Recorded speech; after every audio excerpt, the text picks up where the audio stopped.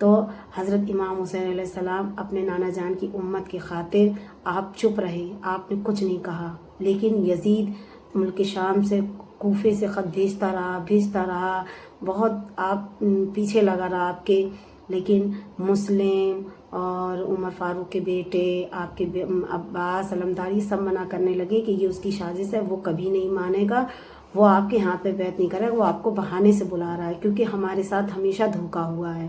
امام حسین علیہ السلام نہیں مانے، لیکن پھر یہ مشورہ ہوا کہ ایک شخص کو وہاں بھیجا جائے، دیکھا جائے کہ وہاں کا حال کیسا ہے، کیسے حالات ہیں، تب سوچا جائے گا کہ آگے کیا کیا جائے۔ امام حسین علیہ السلام نے مسلم کو بھیجا، اپنے بھائی کو، چچا زاد بھائی کو۔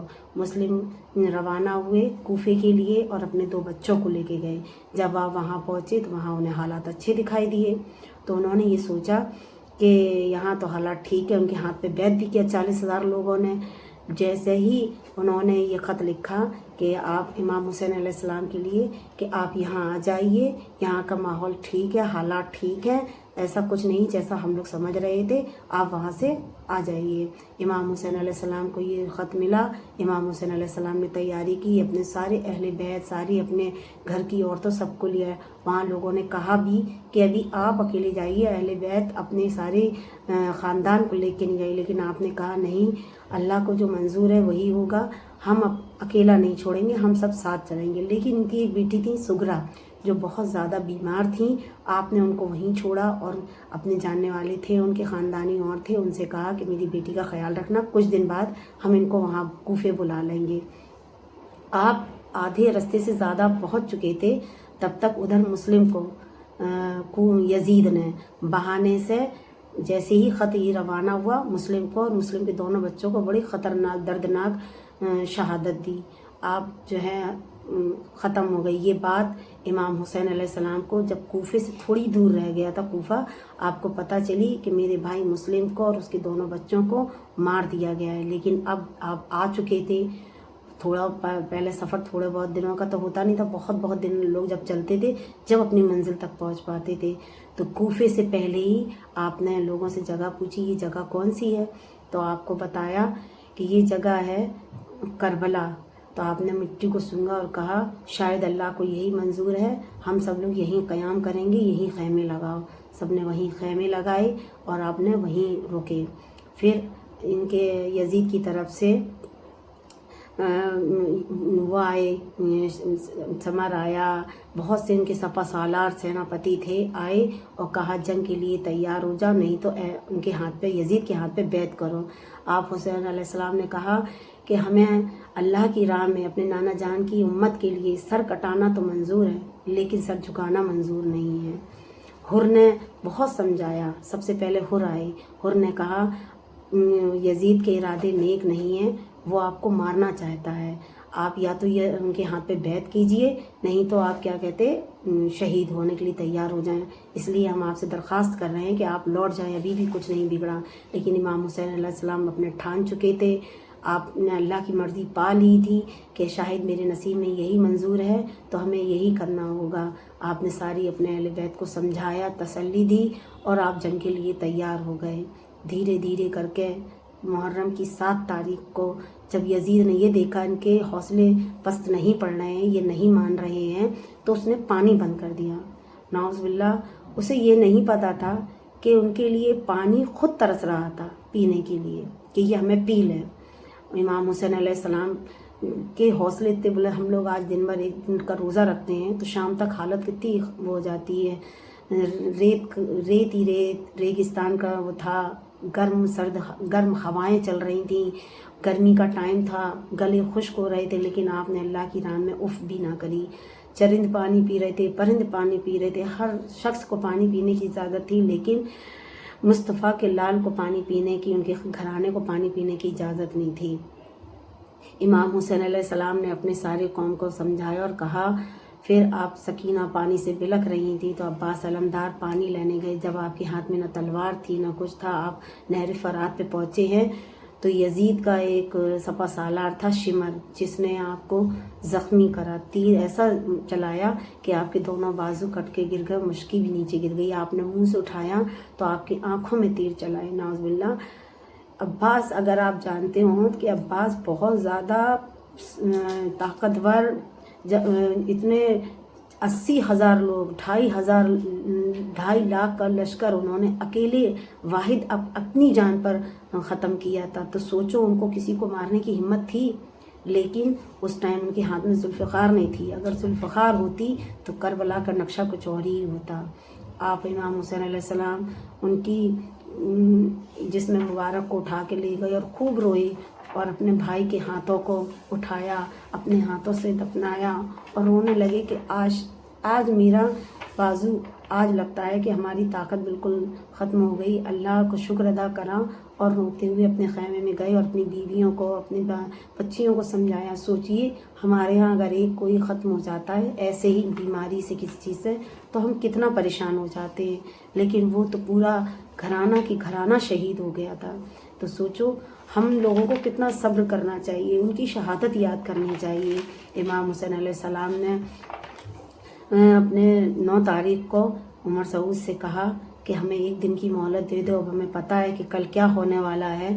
ہمیں اللہ کو راضی کرنا ہے، اللہ کی عبادت کرنا ہے، ہمیں اپنے گناہوں کی توبہ کرنا ہے، اور نانا جان سے اپنے لیے اپنی مغفرت کی دعا کرانی ہے.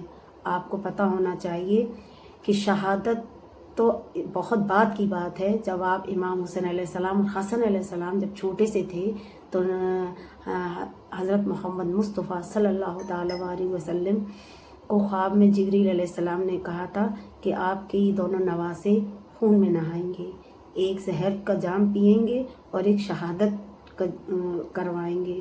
تو آپ صلی اللہ علیہ وسلم اپنے نواسوں سے ویسے ہی بہت محبت کرتے تھے، لیکن جب آپ کو یاد آ جاتا تھا تو سینے سے لگا کے روتے تھے. ہمیں بھی وہ شہادت یاد آتی ہے تو ہمیں رونا آنے لگتا ہے. تو یہ دن بہت اپنے دل میں احساس کرنا چاہیے کہ ہمارے لیے انہوں نے کتنی قربانیاں دی، کتنا اپنے آپ کو اللہ کی راہ میں قربان کر دیا. اور ہم لوگ صرف اللہ کا کیا فرض ہے کہ 5 وقت کی نماز پڑھیں. اللہ ہم لوگوں کے لیے کہتا ہے کہ اپنے لیے دعا کرو، یا اپنی جانوں پہ اتنی سختی نہ کرو، اپنے اوپر رحم کھاؤ، کیونکہ دنیا ہی سب کچھ نہیں ہے، ہمیں آخرت کے لیے بھی تیاری کرنی ہے. امام حسین علیہ السلام نے مہلت مانگی. آپ نے رات کو سارے اپنے عزیز و اقارب، اپنی بیوی شہر بانو، وہ شہزادی تھیں، ان کے لیے عیش و آرام اتنے، جو شہزادی ہو تو سوچ سکتے ہیں کہ کتنے عیش و آرام میں رہی ہوں گی. آپ امام حسین علیہ السلام کے ساتھ لاسٹ تک رہیں. ایسی بیویاں کیا ملتی ہیں؟ ایسی بیویاں ناممکن ہے کہ ہمیں ایسی دکھائی دیں آج کل. تو امام حسین علیہ السلام نے آپ سے کہا بھی کہ آپ ہمیں چھوڑ کے آپ واپس جا سکتے ہیں، اور آپ نے اپنے سب اہل بیت والوں، اپنے اہل و عیال سے کہا کہ جسے جسے جانا ہو جا سکتا ہے، کیونکہ ہم نہیں چاہتے ہیں کہ حشر کے میدان میں جب ہم اور آپ حاضر ہوں تو وہاں آپ یہ کہیں کہ ان کی وجہ سے ہمیں شہادت ہوئی.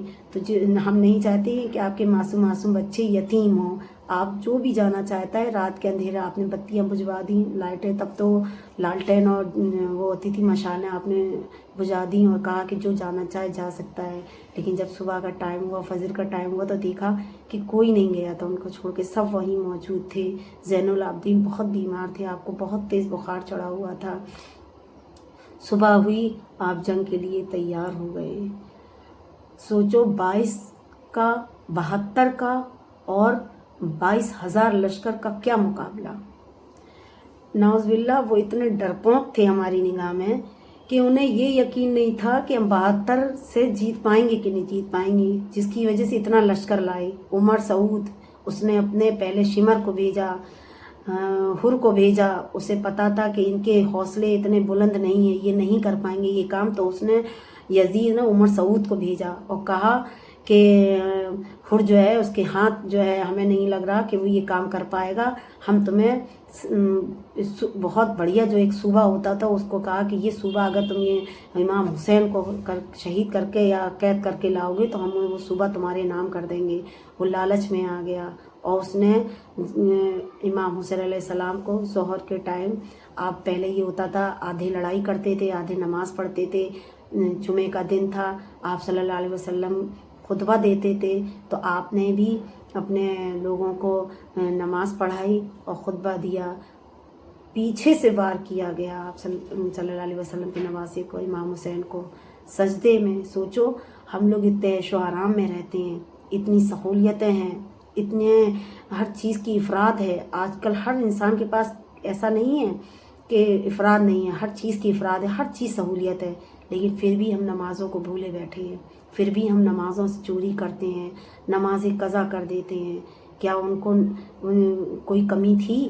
کیا وہ اللہ کے ایک اشارہ کرتے تو ان کے لیے سب کچھ حاضر ہو جاتا؟ لیکن صرف انہوں نے ہم لوگوں کو نصیحت دینے کے لیے یہ کرا، ہم لوگوں کو جگانے کے لیے کہا کہ یہ جو اسلام ہے ہم نے خون سے سینچا ہے، اس کو تم کمزور نہ پڑنے دینا، تم اپنے حوصلوں کو نیچا نہ کرنا، تم کسی کے آگے اپنا شرک کے آگے سر نہ جھکانا، اپنے نانا جان کی امت کا بھرم رکھنا. امت کی خاطر انہوں نے یہ قربانیاں دیں اور امت آج ان کو بھولی بیٹھی ہے. تو ہمیں بس یہی کہنا ہے، امام حسین کی شہادت یوں ہی نہیں، انہوں نے اپنے آپ کو قربان کیا تھا، اسلام کو جھنڈا پرچم سب سے اوپر رہنے کے لیے یہ کیا تھا. ہماری ویڈیو اگر آپ کو پسند آئی ہو، ہماری ویڈیو میں کوئی کمی ہو تو آپ ہمیں کمنٹس کر کے بتائیے گا، اور ہمیں آگے کیا اضافہ کرنا چاہیے، کیا بدلاؤ کرنا چاہیے، آپ ہمیں ضرور بتائیے گا کمنٹس کر کے. لائک کریے، سبسکرائب کریے، میرے حوصلے کو اور بلند کریے. آپ کی اس حوصلہ افزائی سے ہمیں اور ہمت بنتی ہے. السلام علیکم ورحمۃ اللہ وبرکاتہ.